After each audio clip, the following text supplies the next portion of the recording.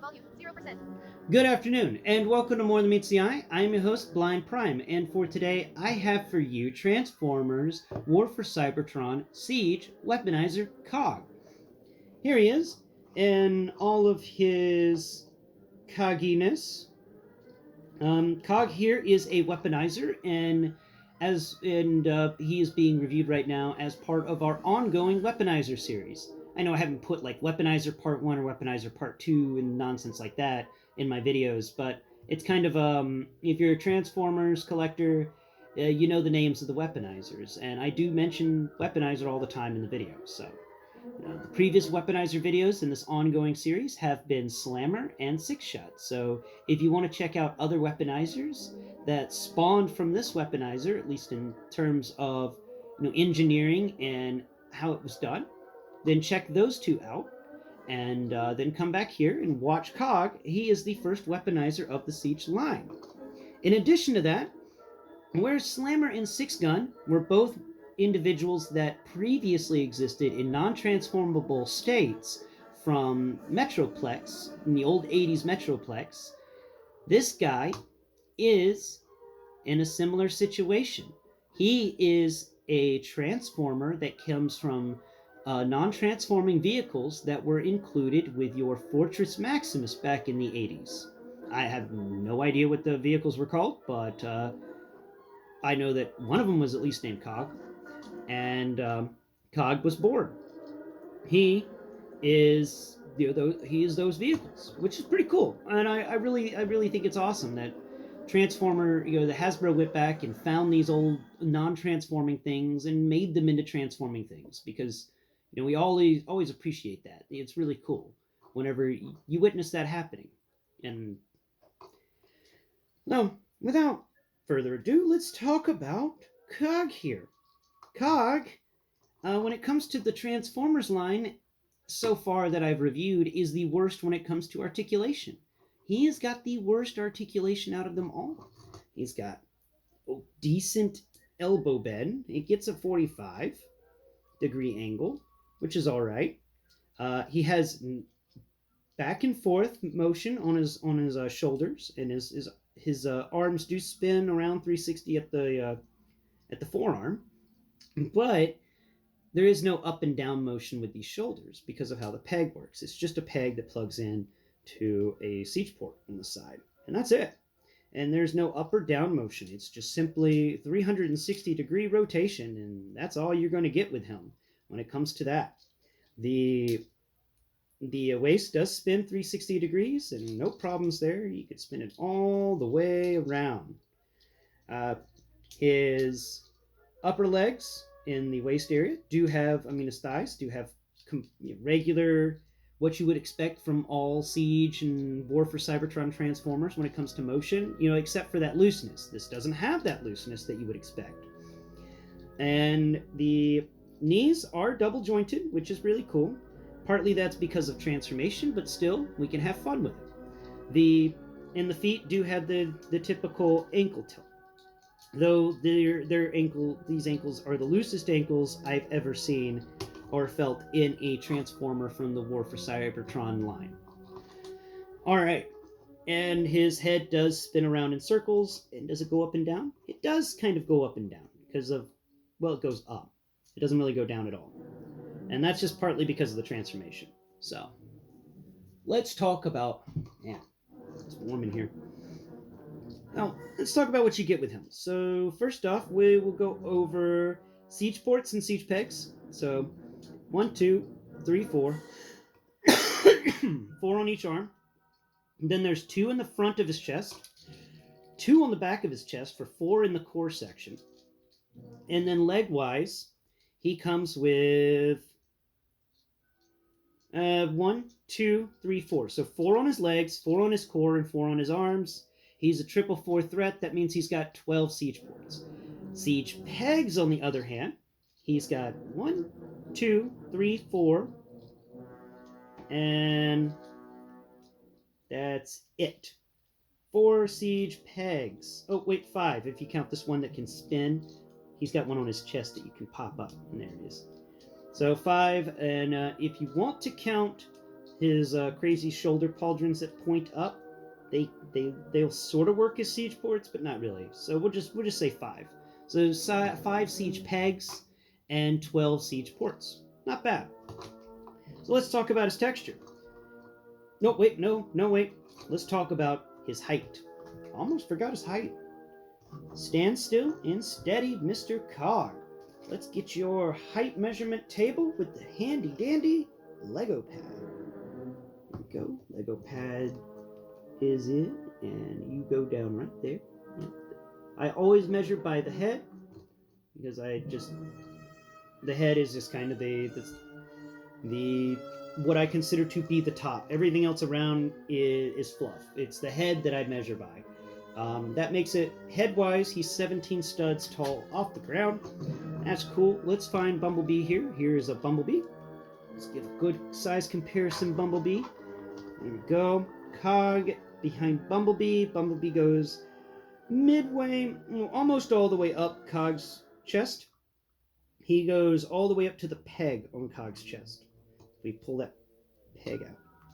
Actually, no, he goes above that peg. He goes all the way up to this little blast effect port that's right at the top there. You could feel there's a little bump that sticks out, and that's a blast effect port or peg, and Bumblebee goes all the way up to that. We'll do a side by side. In order to get Cog here to do an upwards arm motion, first you have to pull up this little flappy bit on his lower arm. There's a little flappy bit that kind of feels like a gun.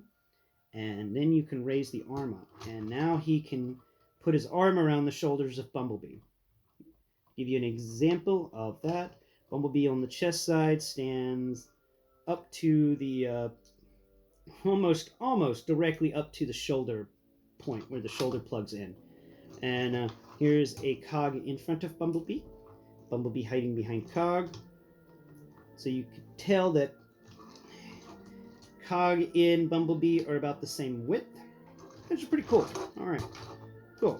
And Cog, if you wouldn't mind doing the honors, pick up your foot and give him a kick. And you broke your foot off doing that, Cog. We're just gonna have to put it back on. All right, you and Cup always losing parts.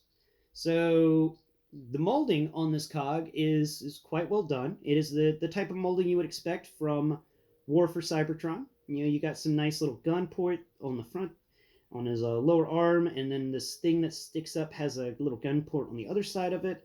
There's guns everywhere on this guy. His shoulders become guns at the tips.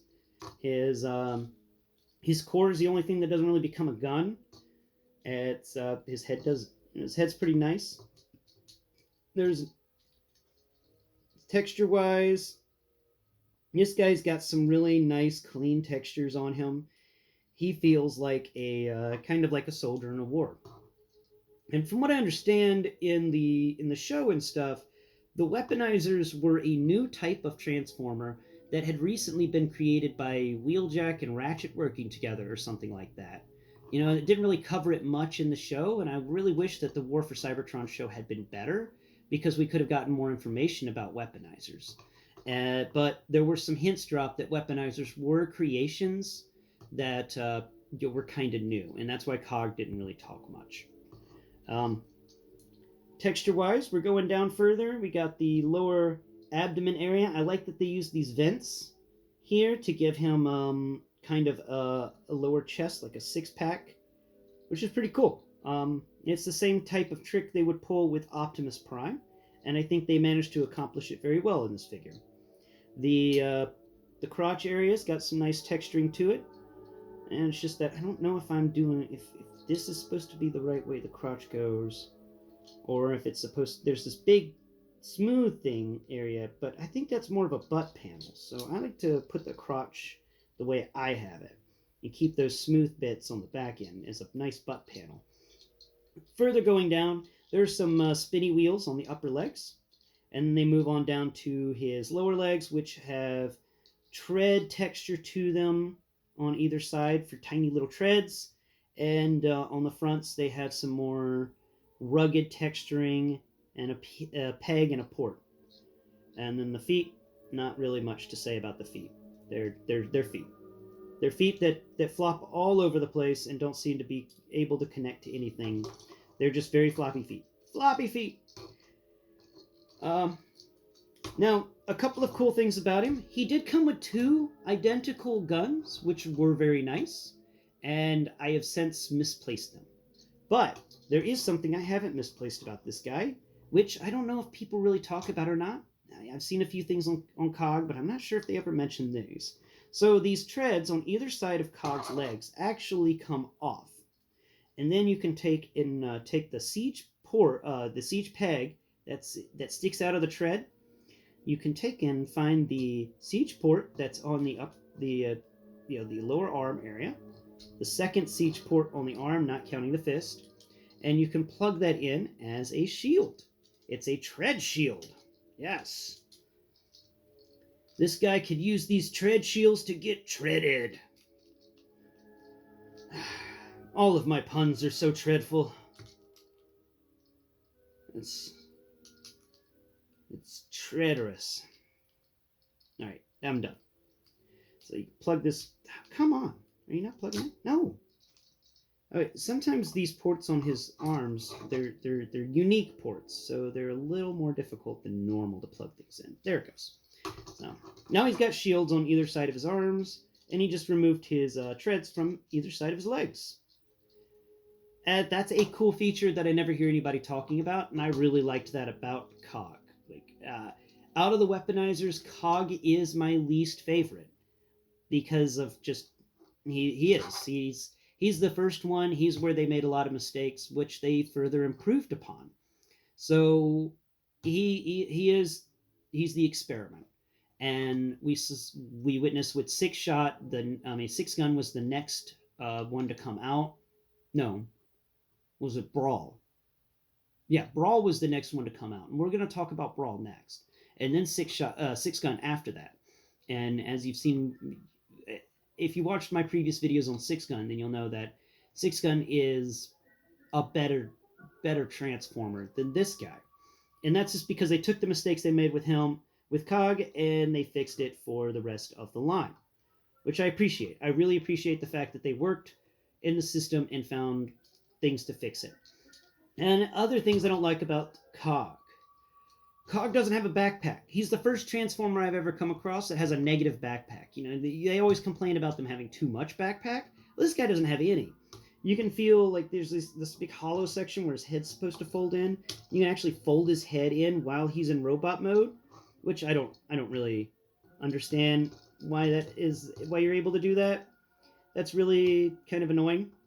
And I'm a little sad that they didn't give us a piece back here that you could plug in or something. But other than the looseness of a couple of joints, you know, with his bottoms of his feet, not his waist. His waist is firm, and the fact that he has no up and down motion on his shoulders, he's an all right Transformer. He's a decent weaponizer because he does make some nice weapons, and I do like them. And these tread shields are just enjoyable, mainly because they're just so punny. I can't help myself with tread shields. I know, I'm a treadful person. Anyway, guys, that has been Cog. He is kind of a conundrum in it, and I recommend not getting him at retail price. If you can, find him at less. I found my Cog at Ross for $5. And I'm glad I paid $5 for him, because I'll pay $5 for Cog all day, every day. But I won't pay more than $15 for Cog. Personally speaking, I don't think he's worth it.